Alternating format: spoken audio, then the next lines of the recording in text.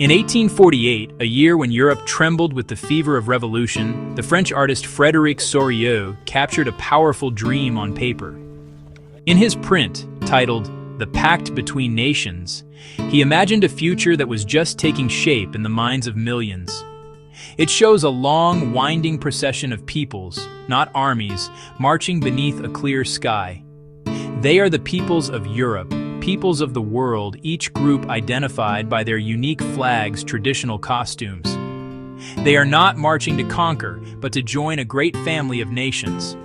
This was the utopian vision of nationalism, a world where every people governed themselves, free from the yoke of kings and emperors, united in a universal brotherhood. The procession moves forward, past the shattered remnants of old power. On the ground lie the broken crown scepter's armor of absolutist monarchies, symbols of a tyrannical past that the people have cast aside. In their place, the marchers look upward toward a new icon. This is the Statue of Liberty, a female figure holding the torch of enlightenment and the charter of the rights of man. She is not the stern figure of a monarch, but a welcoming mother to the nations being born. The United States, already a republic, has passed her. France, Germany, Italy, their tricolor flags held high as symbols of their own quests for liberty. This image was more than just a piece of art. It was a manifesto for a new kind of world. It illustrated the central idea taking hold of the 19th century, that humanity was naturally divided into distinct groups called nations, defined by a shared culture, language, history. Each of these nations had a right to form its own independent state, a nation-state. This was a radical departure from the Europe of empires and dynasties, where borders were drawn by royal marriages, wars, treaties, with little regard for the people who lived within them. Soriot's dream was one of democratic republics and social republics, bound together by a common love of freedom. The essay that follows tells the story of how this dream reshaped the map of Europe. It will trace the journey of nationalism, from its explosive birth in the French Revolution to its role in forging new countries like Germany, Italy. We will see how this powerful idea inspired poets, revolutionaries, and statesmen, and how it mobilized entire populations to demand their own place in the sun. But we will also see its darker side, how the dream of unity could curdle into a nightmare of rivalry and conflict, ultimately setting the stage for the catastrophic wars of the 20th century. Starting with the smoldering tensions in the Balkan Peninsula. Before 1789, the idea of France was tied to the person of the king. The state belonged to him. The French Revolution shattered this ancient bond. It declared that sovereignty did not reside in a monarch, but in the people. The revolutionaries introduced new words: la patrie, the fatherland, le citoyen, the citizen. These concepts created collective identity. The land was no longer the king's property. It became the shared home of its people. People were active participants in their destiny. Revolutionaries made symbols. Royal standard replaced by the tricolor. Blue, white, red. Oaths were sworn to the nation. Hymns like the Marseillaise rallied people. Centralization forged national identity. The Napoleonic Code created uniform laws. Feudal legal patchwork was swept away. Internal customs duties were abolished. A standard system of weights and measures was adopted, binding the country together economically. The idea of the nation left France.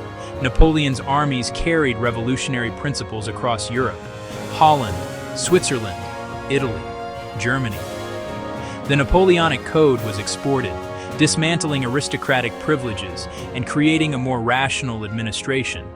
That export planted seeds of nationalism in conquered lands. However, this initial welcome soon soured into hostility.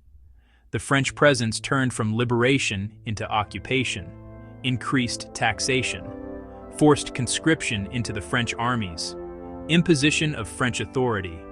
The revolutionary idea of a nation was turned against the French, Italy, Germany, Spain. The Revolution and Napoleonic Wars provided the model for the modern nation-state, while simultaneously provoking nationalist movements that would challenge French dominance and redraw the map of Europe. Before the rise of nationalism, the map of mid-18th century Europe looked like a colorful but chaotic quilt. It was not a continent of clearly defined nation-states as we know them today. Instead, it was a jumble of multinational empires, kingdoms, duchies, principalities, independent city-states. Rulers of vast territories like the Habsburg Empire governed a diverse array of peoples. Germans, Hungarians, Italians, Poles, Croats, and more, who spoke different languages and had distinct cultural traditions. There was no sense of a collective national identity binding them together.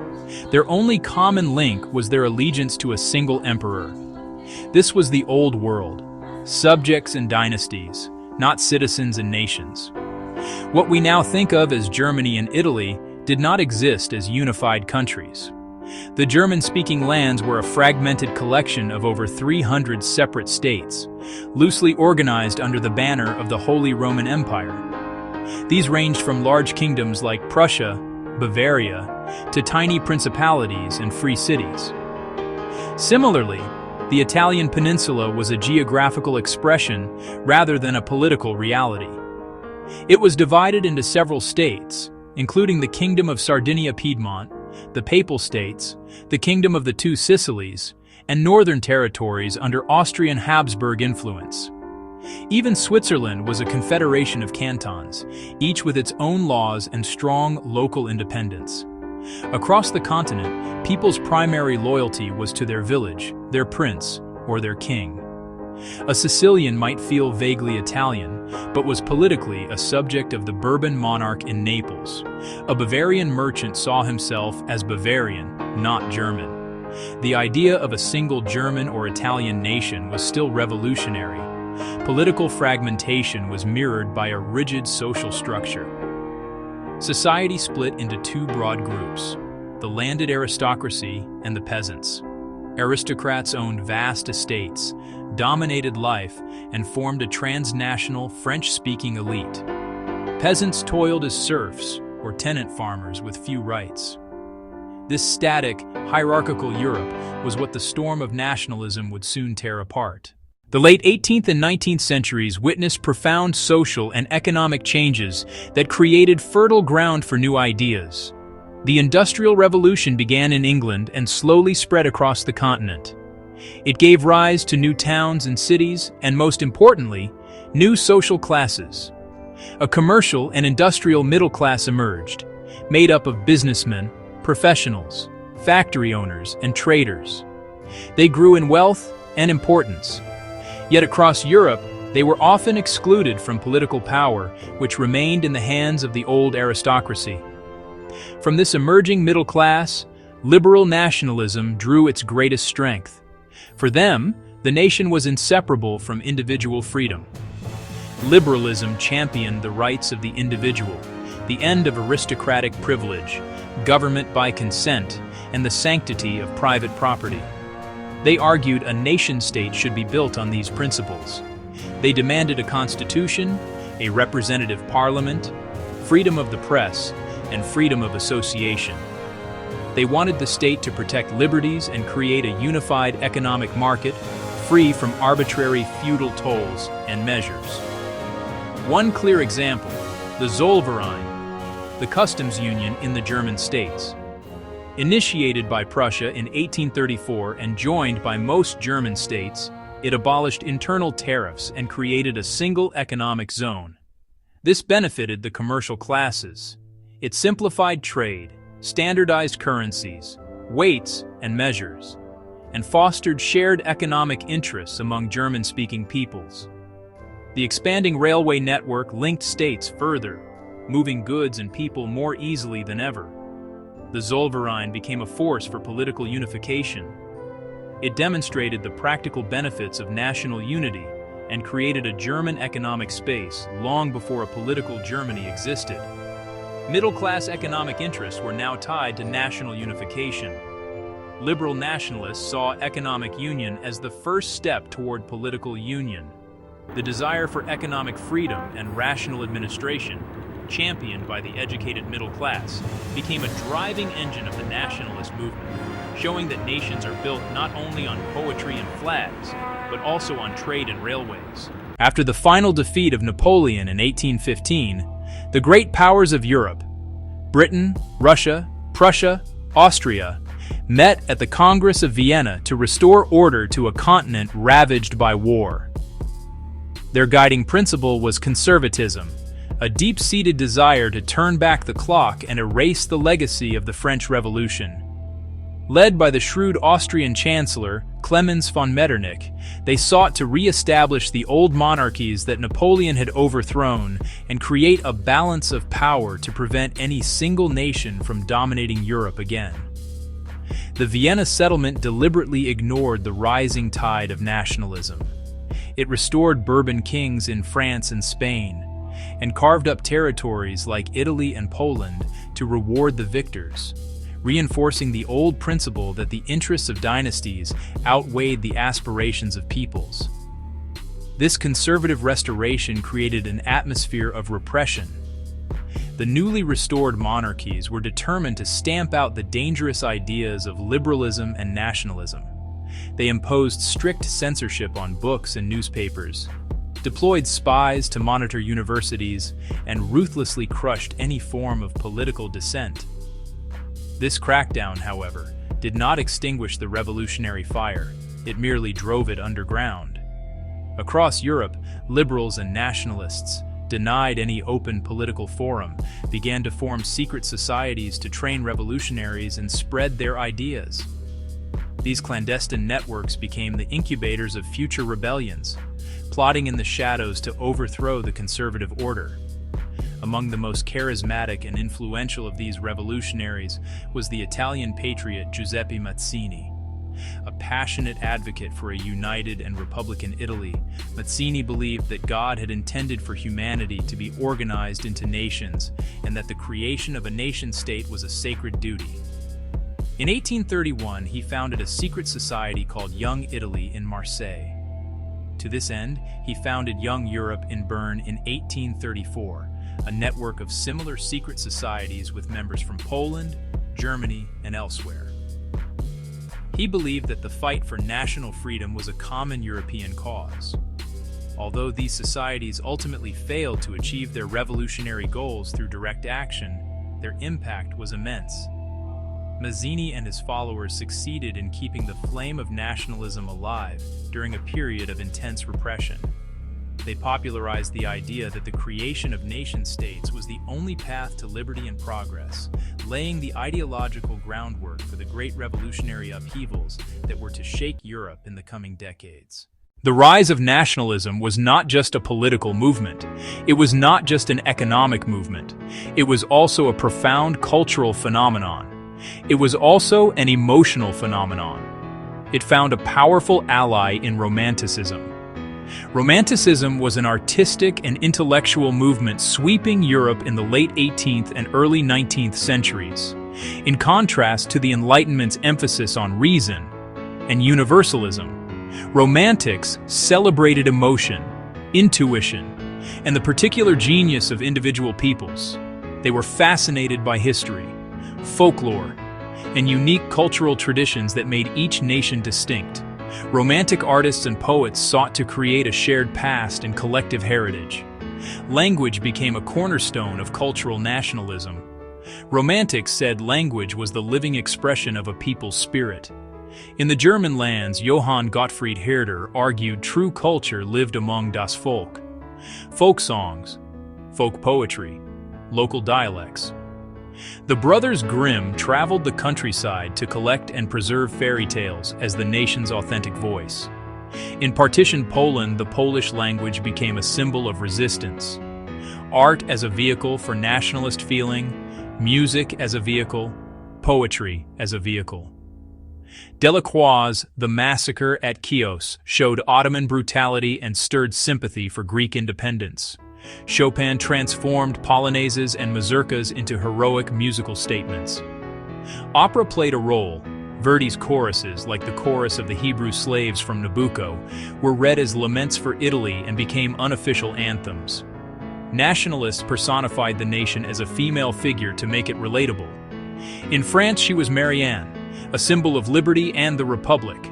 Marianne with the red cap of liberty. Marianne with the tricolor cockade. In Germany, she was Germania wearing a crown of oak leaves, Germania holding a sword. These allegories gave the nation a human face and an object of emotional devotion. They appeared in paintings, on coins, and on stamps. This cultural work transformed subjects of a king into citizens of a nation. The 1930s and 1940s were a period of immense economic strain across Europe, creating a volatile backdrop for the political demands of liberals and nationalists. The population was growing at a staggering rate, far outstripping available jobs, in the countryside in newly industrialized cities. This led to widespread unemployment and a flood of rural poor to urban centers living in overcrowded, unsanitary slums. Small producers in towns like textile weavers faced fierce competition from cheap machine-made goods from England, driving many into poverty. This simmering crisis was a powder keg waiting for a spark. Bad harvests in the mid-1940s made it explosive. The potato crop failed, the same blight as in Ireland. Grain shortages followed. The cost of bread, the staple food for the urban poor, skyrocketed, leading to hunger, misery, and anger. In 1948, these economic grievances boiled over. Food shortages and mass unemployment drove desperate people onto the streets of Paris, Vienna, Berlin. What began as protests for bread quickly merged with the political demands of the liberal middle classes, transforming popular unrest into a full-blown revolution.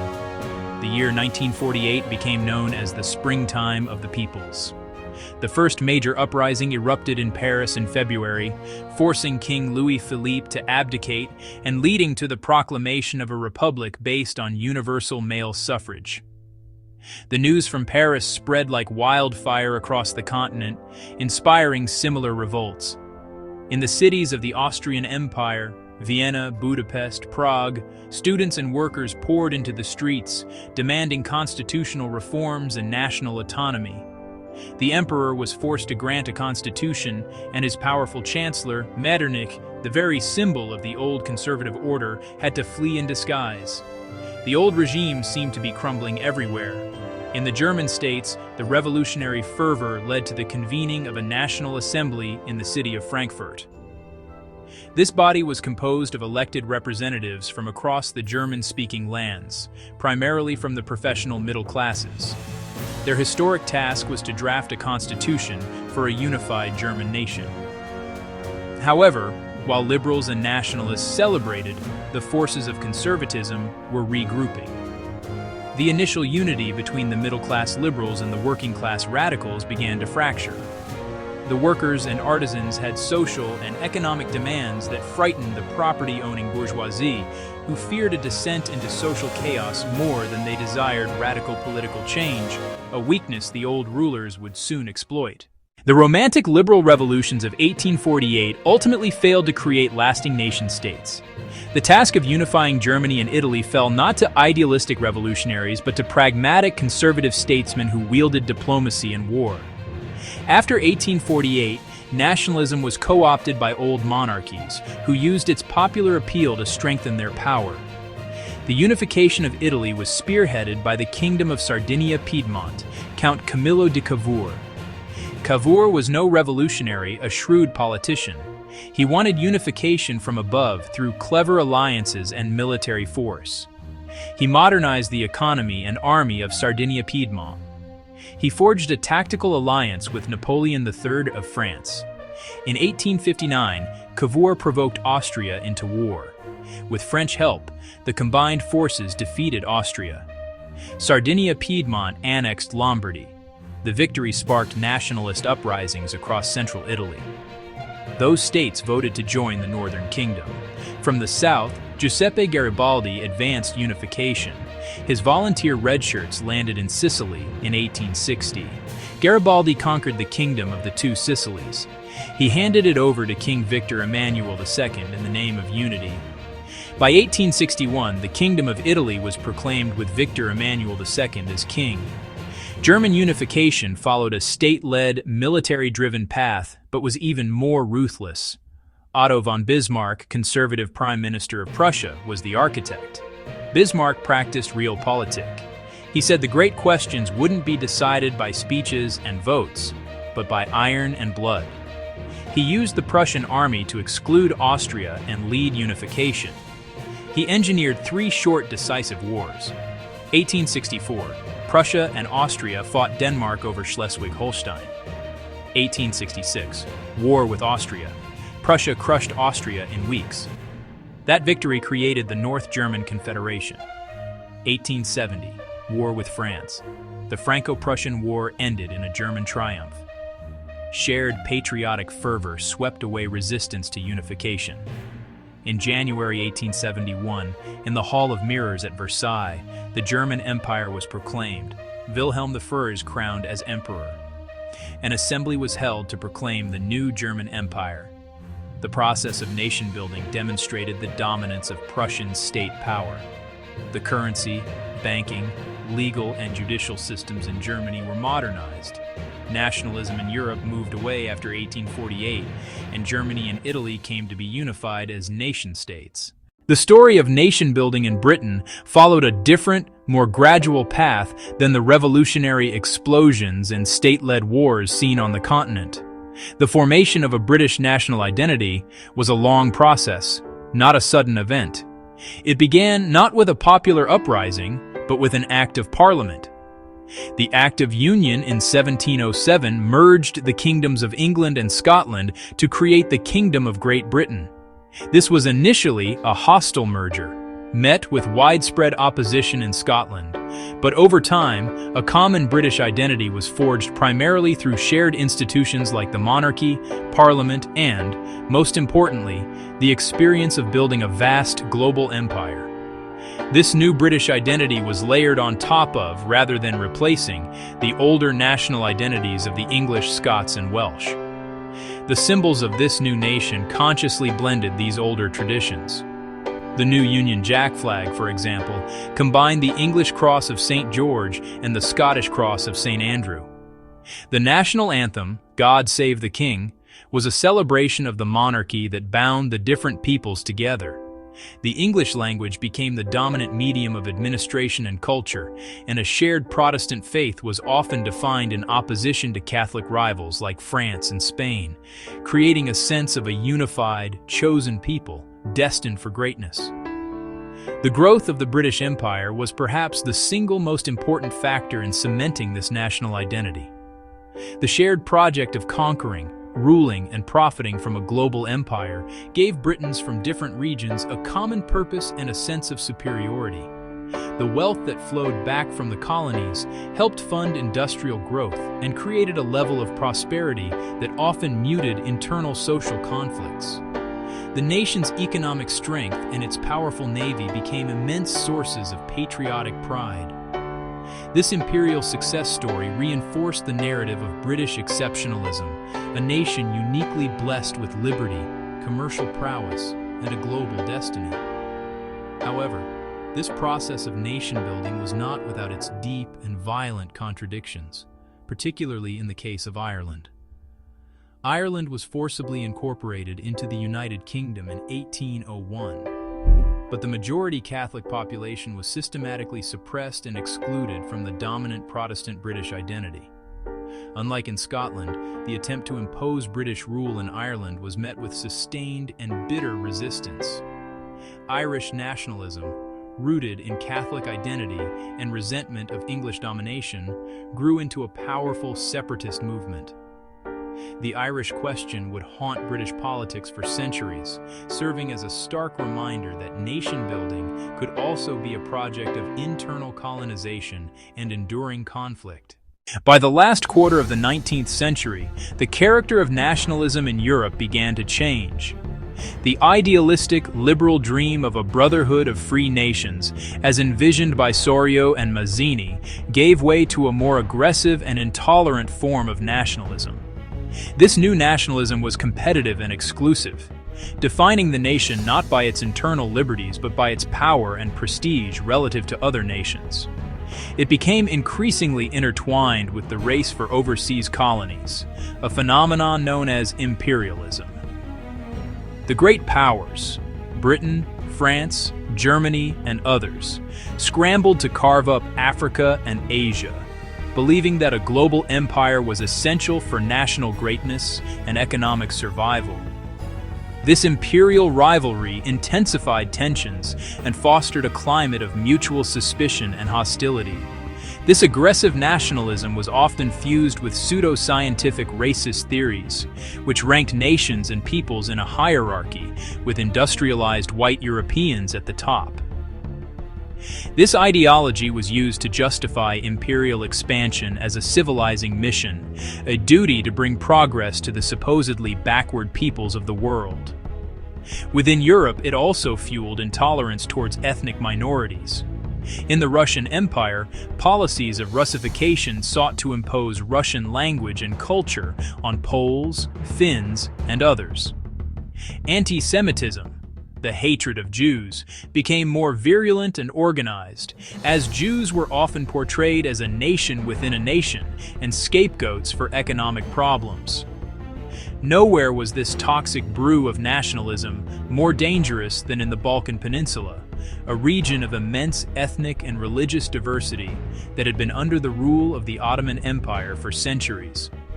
As the Ottoman Empire weakened and began to be called the sick man of Europe, various Balkan peoples, Greeks, Serbs, Bulgarians, Romanians, drew on their own romantic histories and cultural identities to demand independence. They fought to break free from Ottoman control and establish their own nation-states. By the early 20th century, most had succeeded, but this did not bring peace to the region. The new Balkan states were fiercely jealous of one another, each seeking to expand its territory to include all members of its ethnic group, many of whom lived as minorities in neighboring states. This created a web of overlapping territorial claims and intense rivalries. Furthermore, the great powers of Europe saw the unstable Balkans as an arena for their own imperial ambitions. Russia, styling itself the protector of the Slavic peoples, supported Serbia. Austria-Hungary, a multinational empire that feared the rise of Slavic nationalism within its own borders, opposed Serbia. The Balkans became a powder keg, a volatile region where nationalist aspirations and great power rivalries were on a collision course. It was here, in Sarajevo in 1914, that the assassination of an Austrian archduke by a Serbian nationalist would finally light the fuse, dragging all of Europe into the Great War. In conclusion, the 19th century was the age when the nation-state came to be seen as the normal and natural form of political organization. The powerful idea of nationalism, born from the ideals of liberty in the French Revolution, toppled empires, redrew the map of Europe, and gave millions of people a new, powerful sense of belonging. It was a force for liberation, creating countries like Italy and Germany and giving voice to the cultural aspirations of countless peoples. Yet, this very same force, when combined with imperial ambition and ethnic intolerance, proved to be profoundly destructive. The dream of a world of free and equal nations had, by 1914, morphed into a nightmare of militaristic rivalry, demonstrating the dual legacy of nationalism, its capacity to build and unite, but also its terrifying power to divide and destroy.